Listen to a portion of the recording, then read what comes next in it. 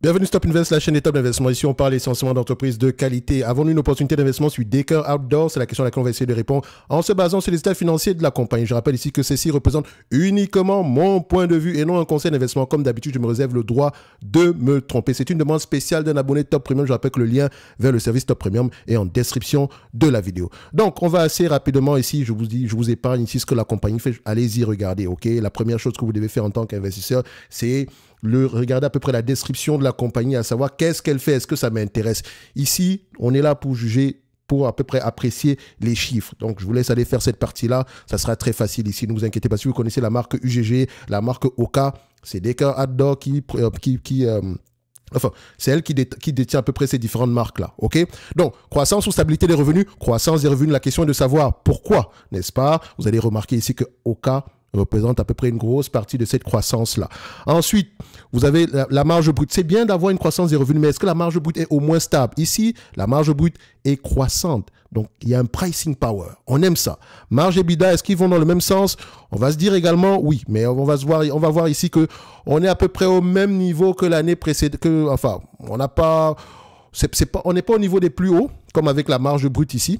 OK, mais voilà, ça reste assez intéressant parce qu'on a une croissance des marges. Faites attention, la marge EBITDA peut être impactée par des coûts variables. OK, donc il faut toujours aller regarder au niveau des dépenses opérationnelles, qu'est-ce qui peut impacter la marge EBITDA. Mais j'aime ce que je vois présentement ici. Ensuite, je vais regarder les net income et les free cash flow, histoire de voir si les deux parlent le même langage. Faites attention, vu que nous avons ici je ne dirais pas que c'est un détaillant, mais c'est une entreprise qui fabrique des produits et qui va avoir besoin ici de les vendre à des distributeurs, etc. Donc, il faut voir ici à qui est-ce qu'on distribue ce produit. Est-ce qu'on vend en direct? Est-ce qu'on passe par des entreprises comme Food Lockers ou Sport Express ou je ne sais pas quoi? OK? Donc, ici, on vérifie parce que ça peut avoir un impact, on peut avoir un impact au niveau des BFR. Donc, comparer net income et free cash flow, les deux parlent le même langage. Je le vois ici, je n'ai pas besoin de me casser la tête ici, ça va. Donc, c'est-à-dire que les free cash net income représentent la véritable rentabilité de ce business. Et quand on regarde ici les net income en termes de pourcentage, qu'est-ce qu'on observe? On a également des marges de net income qui augmentent. À partir d'ici, c'est une entreprise qui mérite d'avoir une place dans notre watchlist et on la valide. Juste à ce niveau-là. D'accord? Après, vous pouvez vous poser la question de savoir c'est quoi le ROIC, machin truc. C'est bien, c'est bien, c'est bien. OK?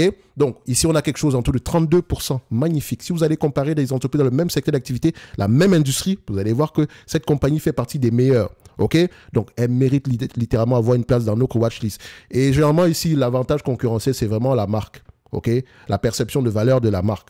OK? Dette nette sur EBITDA, presque pas de dette, pas du tout. On a même du cash net. On a près de 2 milliards de cash net ici. On aime ça. Maintenant, le marché a tendance à payer combien de fois les bénéfices pour ce genre d'entreprise? Je rappelle ici qu'elle est sur le même segment d'activité que Nike, avec de meilleurs résultats. Donc, faites également attention. Ce genre d'entreprise, vous pouvez vous retrouver ici. Elle devient peut-être parfois intéressante quand la hype, quand la hype a encore de s'essouffler. Faites attention de ne pas se retrouver piégé dans ce genre d'entité-là. Donc, c'est pour ça qu'il faut à peu près regarder si elle a l'habitude de... Voilà, si c'est une entreprise si c'est une marque qui a pignon sur rue et si elle a tendance ici à bien gérer ses coûts. Mais ce n'est pas un business qu'on va payer à plus de... Voilà. Faites attention au niveau des multi-valorisations que vous allez payer ici. Donc, ici, en termes de net income, en termes de price to earning, ici, on a quelque chose en tout de 17 fois les bénéfices. Je dirais entre 15 et 20 fois les bénéfices pour ce genre d'entreprise. Ici, on a une grosse croissance. Ici, ça peut même aller aux alentours de 25 fois. Mais en maturité, on va retourner aux alentours de 15 fois les bénéfices.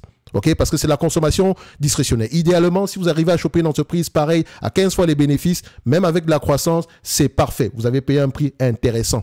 Donc, vous remarquez ici qu'on a une croissance très élevée, mais ça ne veut pas forcément dire qu'on aura une croissance de 20% sur les années à venir. Faites attention à ne pas extrapoler la croissance sans prendre connaissance de la taille du marché et des raisons derrière la croissance passée. C'est très important. Parce que je vois souvent des gens qui vont utiliser un DCF, dire OK, on a 20% de croissance, si on fait 20% sur les prochaines années, etc., voilà ce qu'on pourra obtenir. Mais qui vous dit qu'on aura 20% de croissance sur les années à venir?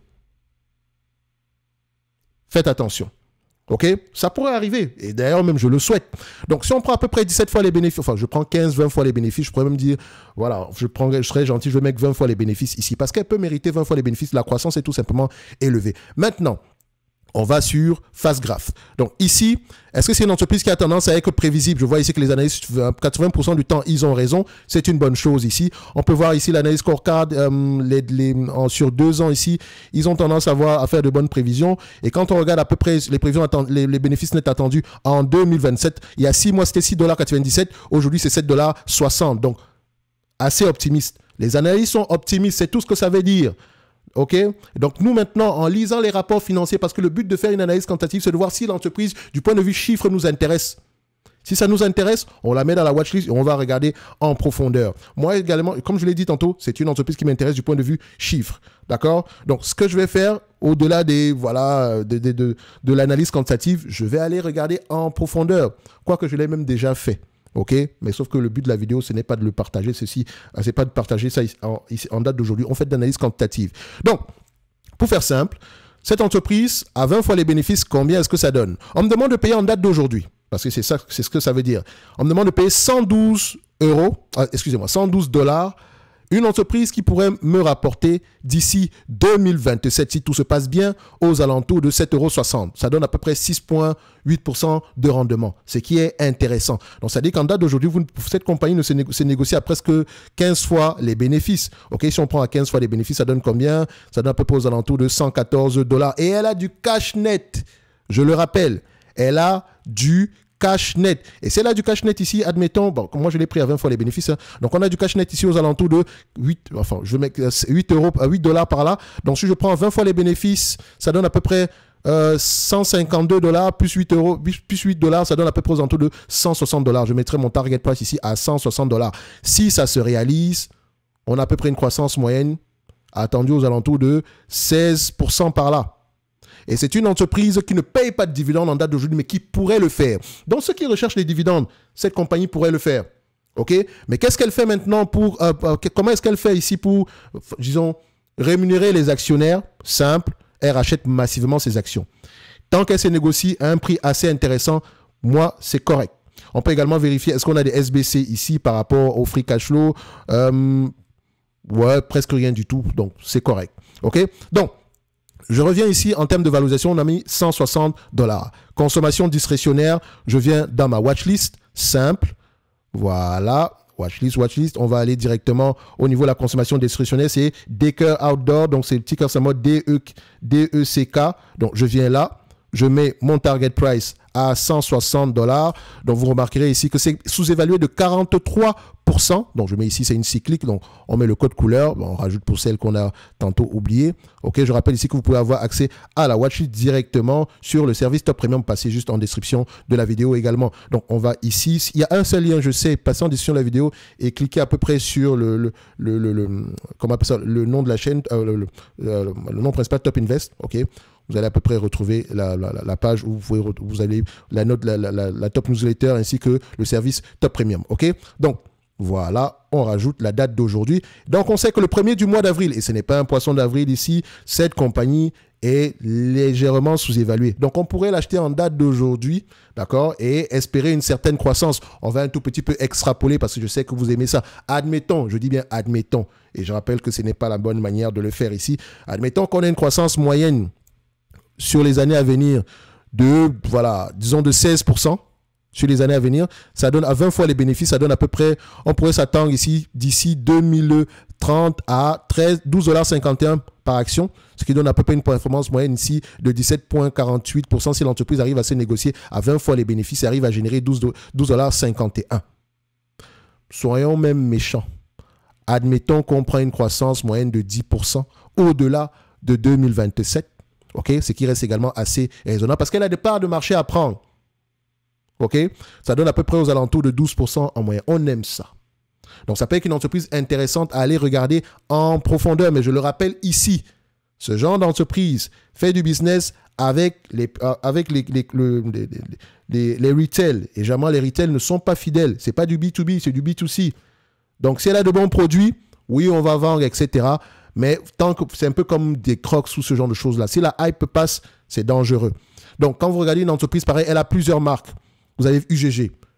Je suis au Canada en hiver, ce truc-là, ça se vend ça se vend comme des petits pains. Et c'est assez chaud. J'en ai une. Je peux vous le dire. Ça coûte très cher. Ensuite, enfin, pour moi, Mais ça vaut la peine.